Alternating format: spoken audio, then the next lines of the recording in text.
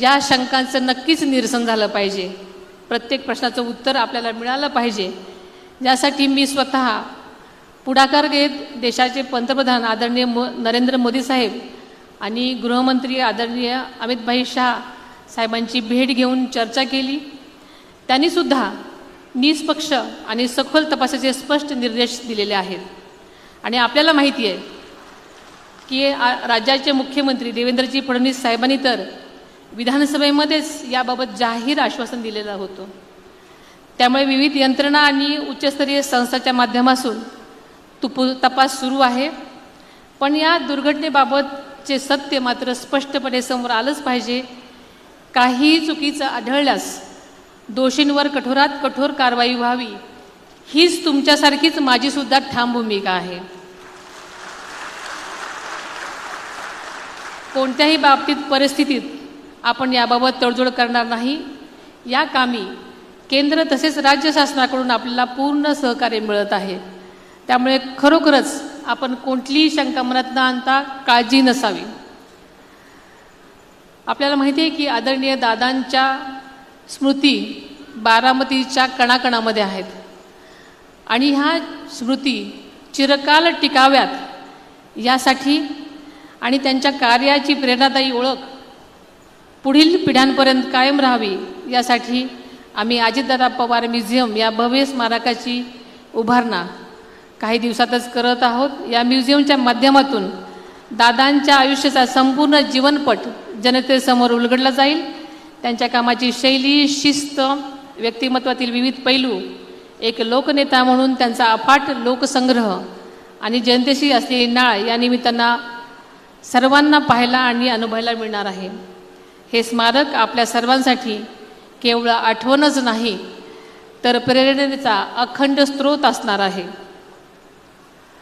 आदरणीय दादांनी आयुष्यभर आपल्या कार्यातून मी कामाचाच माणूस ही ओळख निर्माण केली आणि तीच खरी त्यांची ताकद होती. त्यांच्याच पावलावर पाऊल ठेवत जनतेच्या कामाला सर्वोच्च प्राधान्य देत मी बारामतीकरांसाठी अहोरात्र काम करीन ही ग्वाही आज या ठिकाणी देते. दादांच्या विचारांचा, मूल्यांचा आणि कामाचा समृद्ध वारसा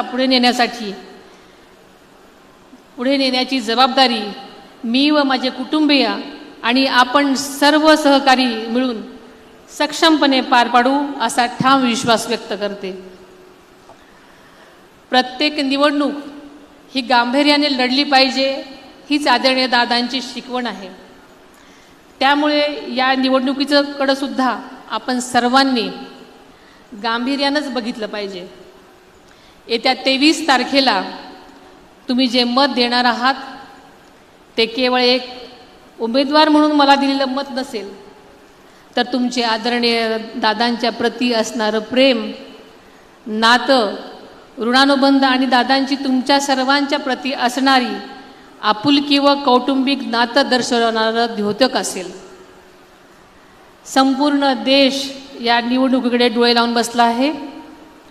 बारामतीकरांचे आणि दादांचे नाते किती घट्ट होते हे महाराष्ट्राला आणि संपूर्ण भारताला या मतदानाच्या माध्यमातून दाखवून भरघोस मताच्या इतिहासाचे आपण सर्वजण साक्षीदार होऊयात.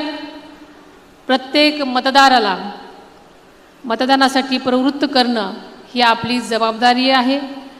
उद्योग, व्यवसाय, शिक्षणाच्या निमित्तानं परगावी गेलेल्या प्रत्येक बारामतीकरांनो, आदरणीय दादांच्या प्रेमापोटी आपल्या बारामतीच्या विकासासाठी येत्या 23 तारखेला आपला मतदानाचा पवित्र हक्क बजावण्यासाठी बारामतीला आवर्जून यावं असं आवाहन मी या निमित्तानं करते. तीव्र उन्हाळा आहे. उष्णतेची लाट लक्षात घेता नियोजनबद्ध पद्धतीने आपण सर्वांनी काम करून जास्तीत जास्त मतदान घडवून आणलं पाहिजे.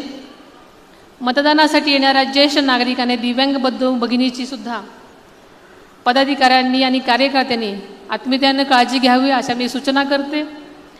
ही निवडणूक केवळ माझी नाही, ही बारामतीकरांच्या स्वाभिमान व अस्मितेची निवडणूक आहे.